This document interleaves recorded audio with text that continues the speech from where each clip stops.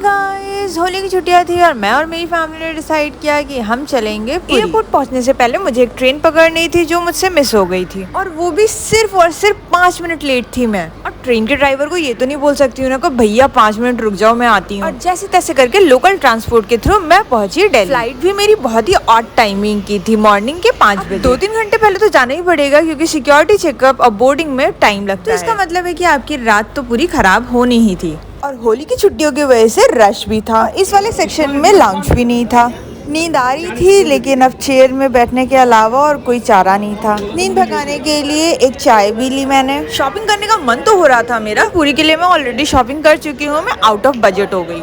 Boarding हमारी gate number 21 से होने वाली थी और बोर्डिंग स्टार्ट भी हो गई थी, तो हम उस तरफ चलने लगे। अब तो मुझे करीना कपूर का वो डायलॉग याद आ रहा है, भगवान आज के लिए बहुत एक्साइटमेंट हो गया है, बस और एक्साइटमेंट मत देना। इंडिगो की फ्लाइट थी और वहां तक हमें बस से ले जाया गया। वैसे तो मैं एक अर्ली राइजर नहीं हूँ, 7:30 बजे से पहले नहीं उठती हूँ, पर ऐसी सिचुएशन में जब आपको उठना पड़ता है तो आपको ब्यूटी समझ में आती है मॉर्निंग की। मैं और मेरी परछाई लाइन में चलते हुए, मेरे बगल में अक्सारा एयरलाइंस का एक एयरक्राफ्ट खड़ा था जिसका कलर कॉम्बिनेशन मुझे ज्यादा अच्छा नहीं लगा। आपको अगर याद हो तो राकेश झुंझुनवाला ने अक्सारा एयरलाइंस में इन्वेस्ट किया। अच्छा, जब हम बोर्ड कर रहे थे ना तो क्रू ने हमें कहा कि आपकी सीट हम चेंज कर देते हैं, आपको वहाँ पर ज्यादा लेग स्पेस मिलेगा, लेकिन आपके सामने एक इमरजेंसी डोर होगा और आपको बताया जाएगा कि इमरजेंसी के टाइम में उसको कैसे ऑपरेट करना है। तो मैंने वो सीट खुशी खुशी ले ली, बट उसमें एक ही पर्सन के लिए लेग स्पेस था। ये हमारा टेक ऑफ होने वाला और ये पार्ट मुझे बड़ा अच्छा लगता है। और ऊपर से न्यू दिल्ली ऐसा लग रहा है जैसे लग रहा है कि दिवाली चल रही हो। दिल्ली ऊपर से बड़ा खूबसूरत लग रहा था। पहले मैं सोच रही थी कि यार 5 बजे की फ्लाइट मैंने क्यों ही कराई, लेकिन बाद में जब मैंने सोचा तो देखा कि 5 बजे की फ्लाइट है, 2 घंटे की फ्लाइट रहेगी और मैं सनराइज देख पाऊंगी।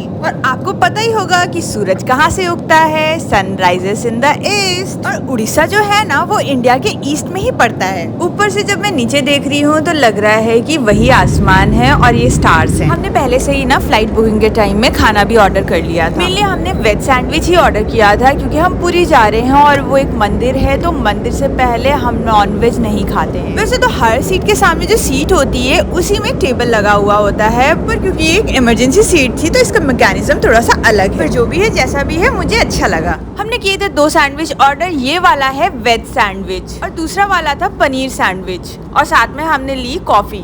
सैंडविच नॉर्मल से थे लेकिन क्योंकि मॉर्निंग का टाइम था और भूख बहुत लग रही थी तो हमने तो गप गप करके सब खा गए। इस सैंडविच में एक लेयर तो टमाटर की है और एक लेयर ये ग्रीन वेजीज की है और इसमें एक चीज भी लगा हुआ है। देखो आसमान कैसे धीरे धीरे रंग चेंज कर रहा है। इस तरफ दिख रहा होगा आपको कि थोड़ी सी ब्राइट सी लाइट है, लेकिन आप पीछे की तरफ देखोगे ना तो बिल्कुल डार्क है क्योंकि इस तरफ ईस्ट पड़ता है। और जैसे जैसे दिन चढ़ता गया और लाइट ये ब्राइट होती गई।